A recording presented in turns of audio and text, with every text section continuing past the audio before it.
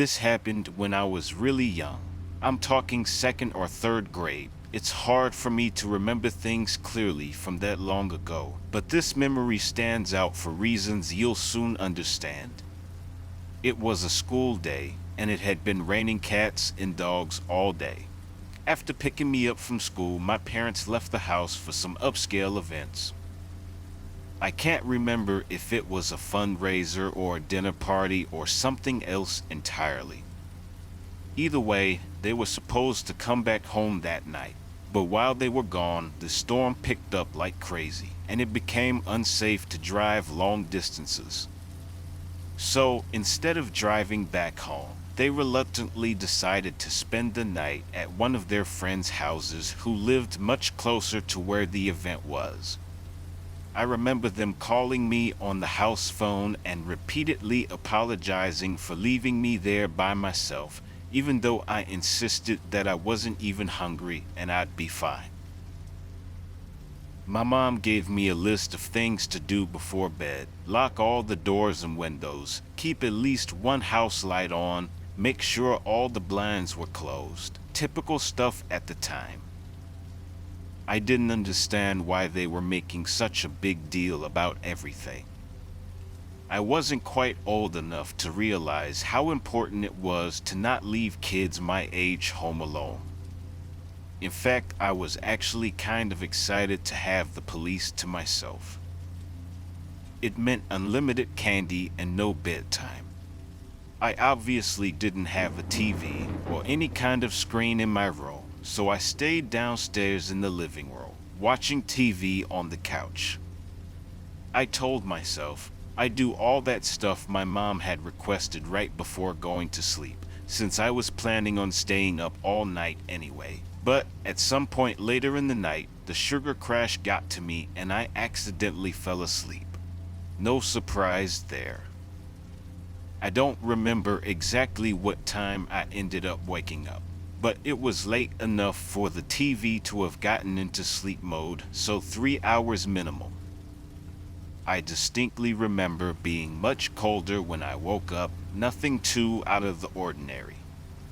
I mean, temperatures dropped that night, but the difference was significant enough for me to instantly make the connection, even at that young age. I thought about just curling back up and going back to sleep, but then I remembered the list my mom had given me. Even at that age, I knew she'd find out if I didn't do it, and I really didn't want to get in trouble after she trusted me to stay home alone. So I forced myself off the couch and went to check the windows and doors. I went around and did everything she asked: locked the front and back doors, closed all the blinds, checked the windows, even the light. Everything was shut tight, which confused me a little because the house still felt way colder than it should have. I even put my hand against a couple of the windows to make sure they weren't cracked open or something, but they were all sealed. I figured maybe the storm knocked out the heater or something, and I didn't think much more about it. That explanation made sense to me at the time, and I was so tired that I couldn't devote more energy to thinking about the heat. So I headed upstairs to my room, ready to crawl into bed and forget about it.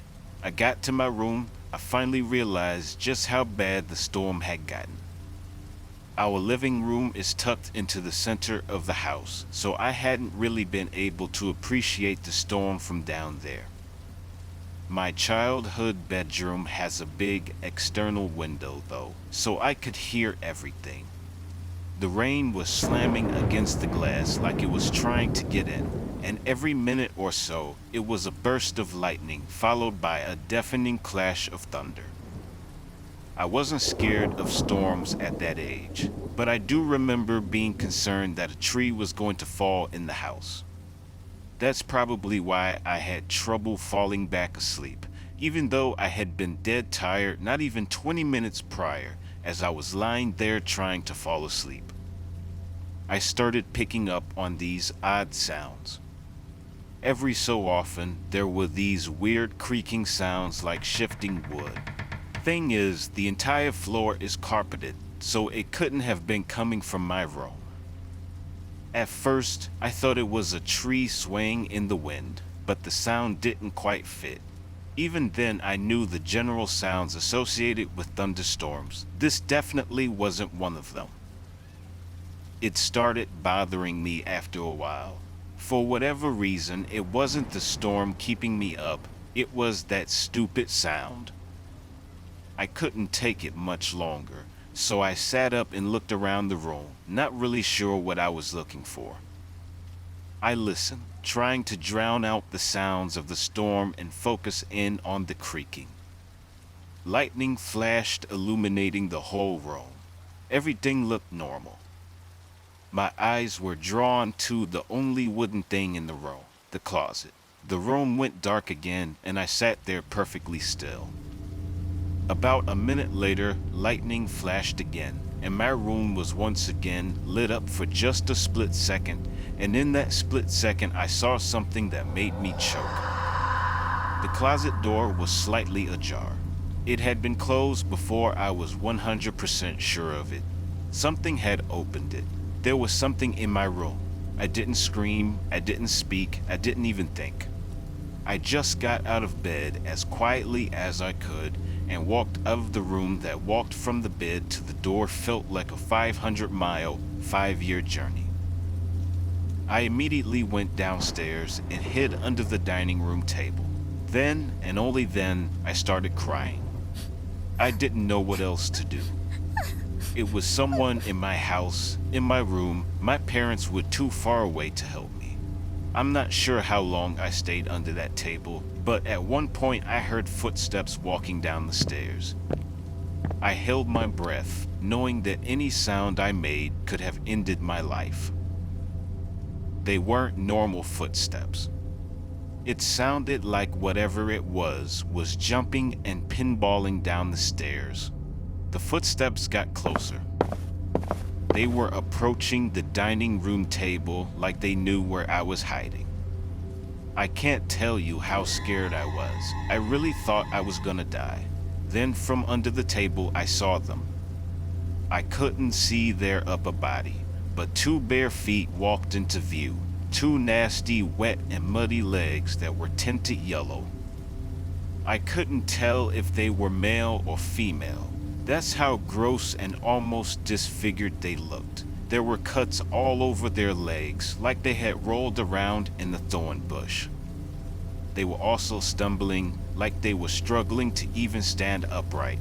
And just as I thought it couldn't get any worse, they dropped something. It was a wrench. It clattered against the floor, and I'm telling you, it took every fiber in my being to fight back a scream.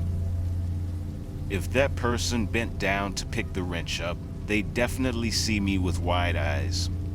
I watched as that person stood still, not picking up the wrench, but not walking away either. It felt like a standoff where any wrong move could end my life. Eventually, they finally continued walking, and I couldn't see them anymore. I listened as the chaotic footsteps stomped and stumbled around my first floor for what felt like an eternity. Then finally, the front door opened and shut. They were gone. I stayed hidden under that table for a long time after that. Part of it was fear, but another put in what I can only describe as trauma. I just remember being shaken and scared. I was at the ripe age where I understood how dangerous the situation was, but not old enough to know how to deal with it. The rest of the night was kind of a blur. I picked the wrench up off the floor, not wanting my parents to find it. The next morning, after making sure the front door was locked, I slunk back upstairs, crawled into bed, and fell asleep. Everything went back to normal after that. For whatever reason, I was terrified to tell my parents. I didn't want them to find out. I hadn't locked the doors and done everything they had asked me to do. So I just kept the whole thing to myself. It wasn't until several years later that I told them the story, and it actually took some convincing for them to believe me. Looking back, not telling them the moment it happened was an awful decision. since there was nothing that could have been done. Could have been done about it so far removed from the incident. If I'm being frank, this experience traumatized me for basically the rest of my childhood. I slept with a night light from then on, and I developed a fear of the dark that didn't go away for a long time. I still have trouble explaining what happened that night, but I learned my lesson. Lock your doors at night.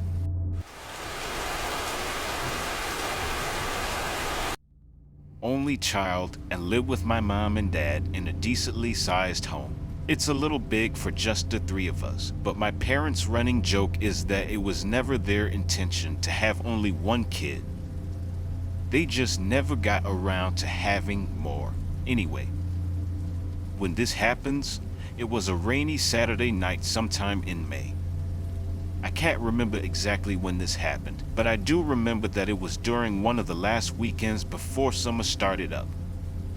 There's one last thing I have to mention. I have a lot of weird medical conditions that make my life difficult. I get frequent panic attacks, faint easily, and struggle breathing at times.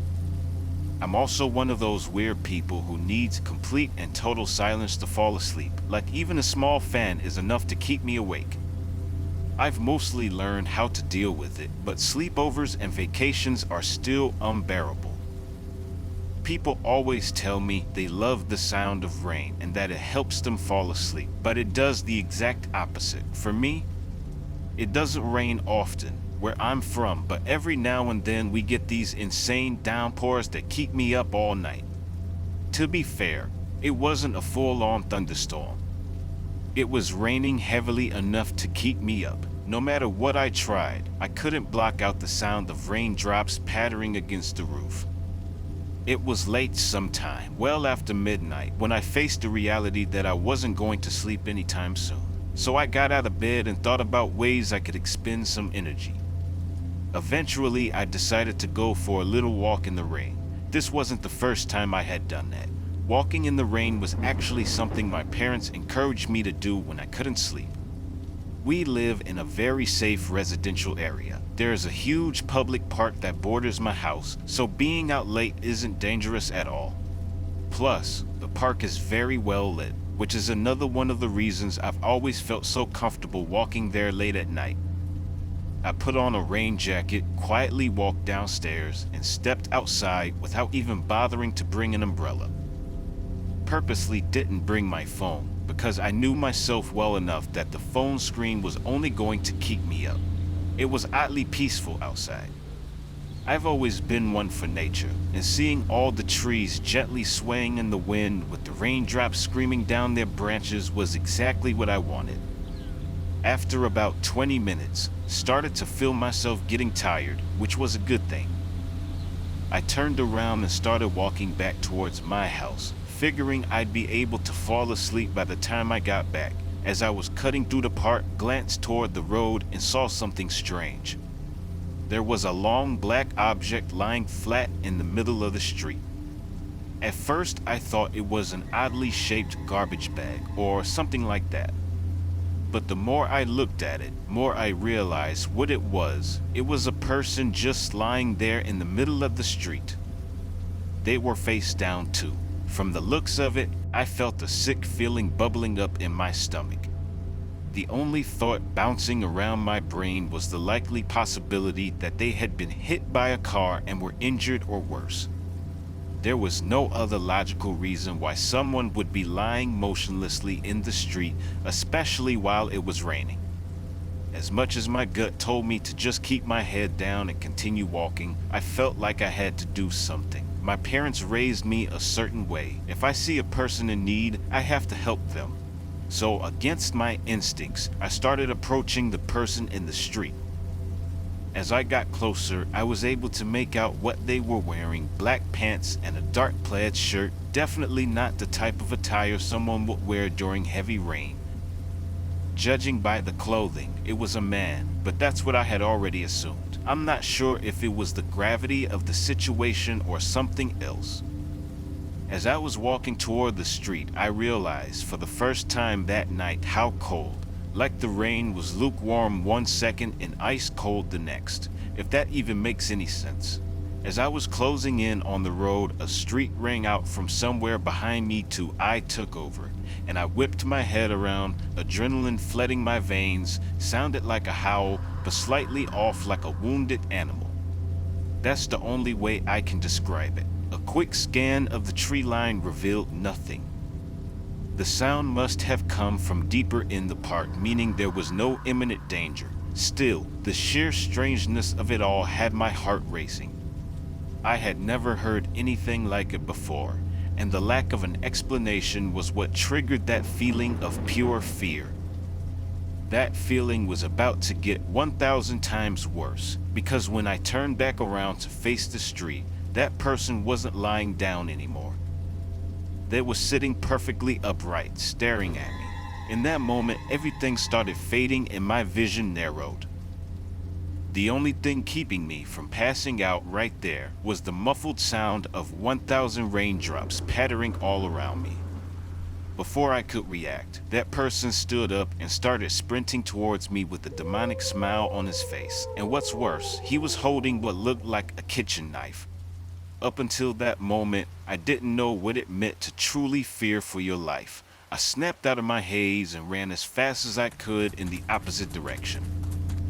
As soon as I started running, I heard him yell, "I'll kill you," at the top of his lungs. The white grass made it impossible to run at full speed, but my one saving grace was that whoever was chasing me would have to deal with the same thing.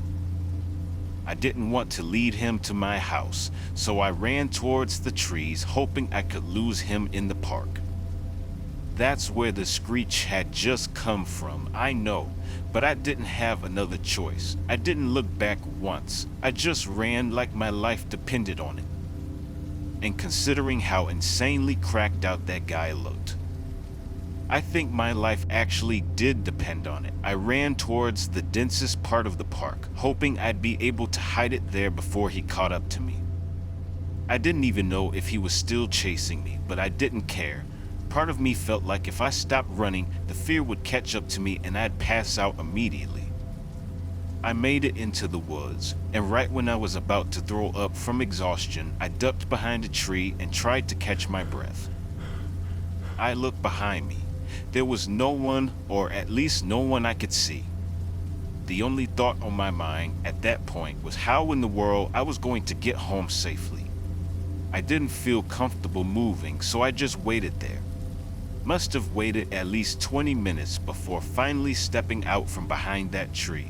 I took the long way home, around the backside of the park, and through this other section that spit me out a few streets away from my house.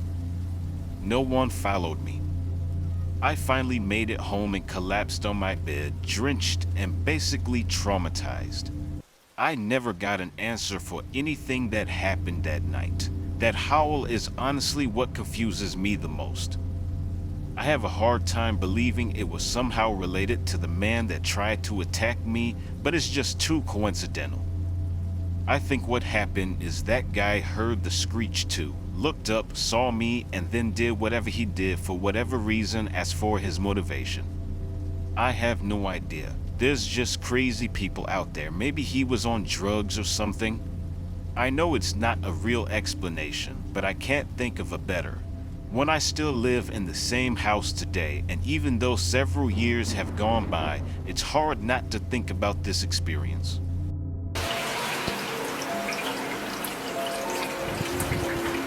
I'm 29 years old, and one of the only things that's ever really helped me clear my head is camping, not campgrounds or national parks where there's other people around. I'm talking true middle of nowhere camping. I grew up in Northern California. I've spent the better part of my adult life learning to find those remote little pockets where you can still feel like the only person left on Earth. This story took place a few months ago. I had just broken up with my ex. Let's just say I was going through it. I needed to be alone, so one day I just packed up my truck and headed out.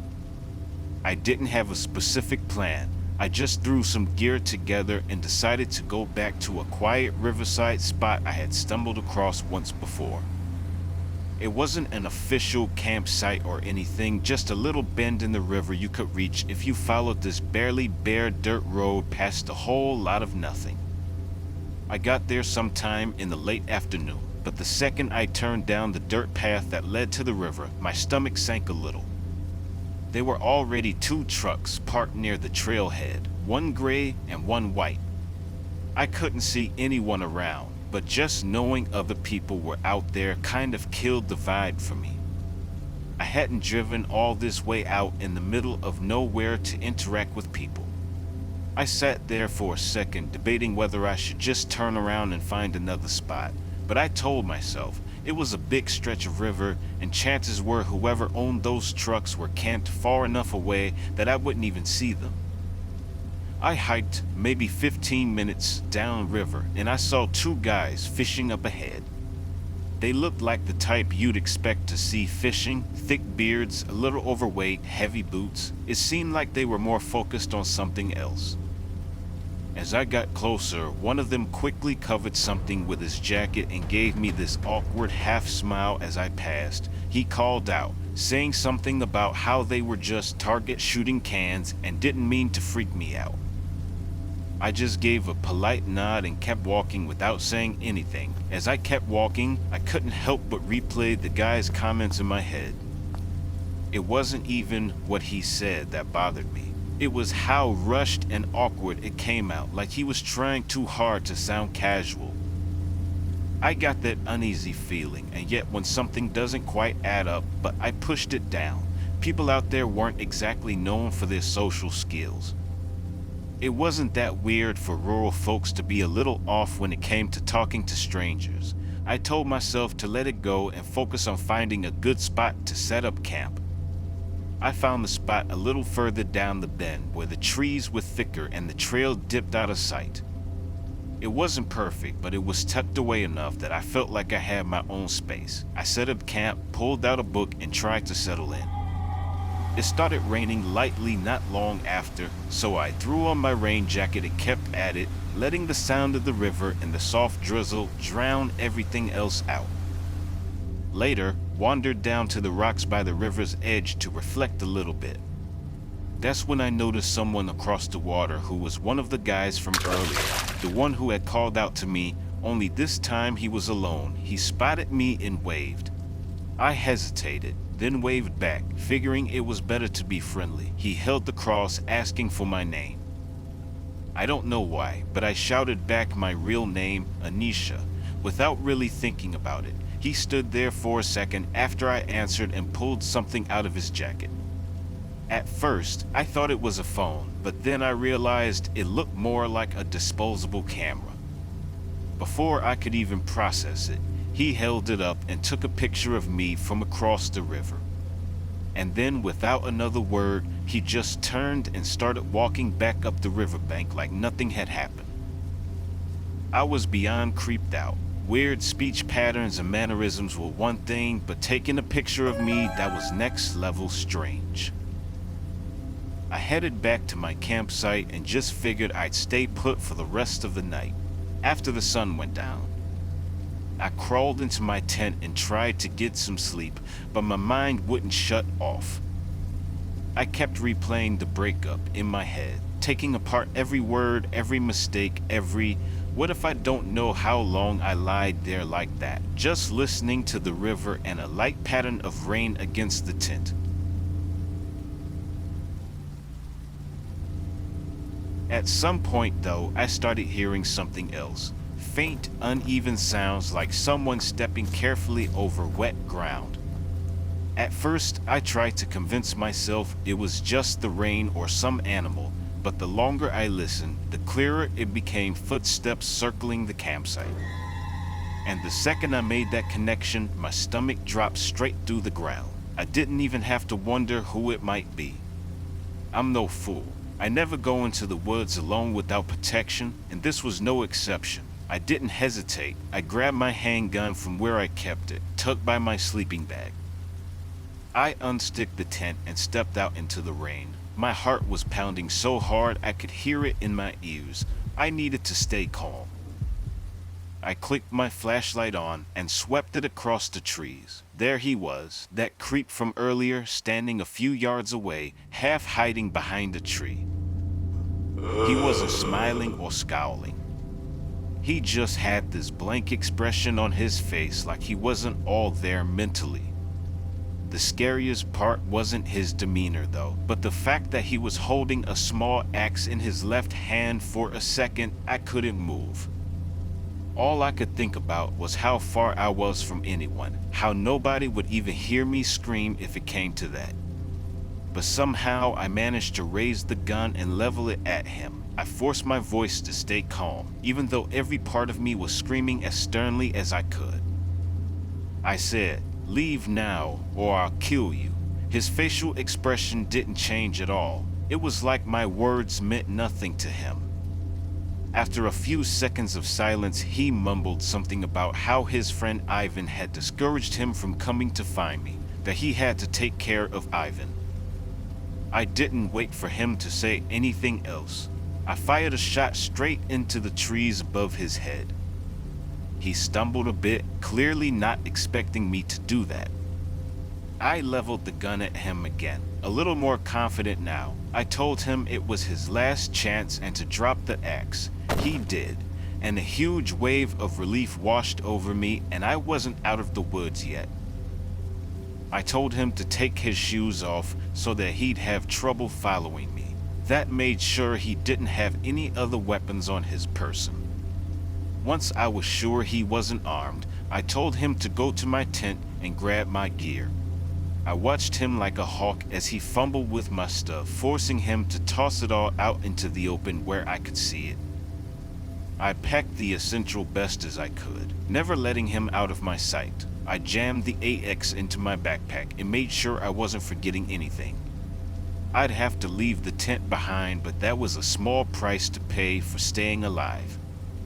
And then grabbed his shoes and threw them as far as I could into the darkness, and I told him to walk in the opposite direction.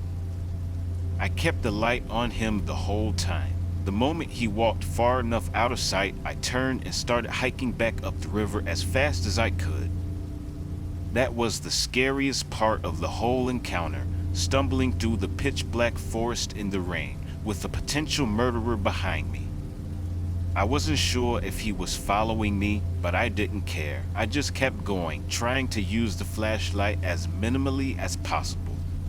Both pickup trucks were still in the pullout. When I finally made it back to my car, I didn't stop though. I threw everything in and sped out of there, and I got cell service back. I called the police and reported the whole incident, describing my location as best as I could. A few months have passed since then. I'm not sure if anything ever came of it, but I'm not going out of my way to find out what still scares me most about the whole thing.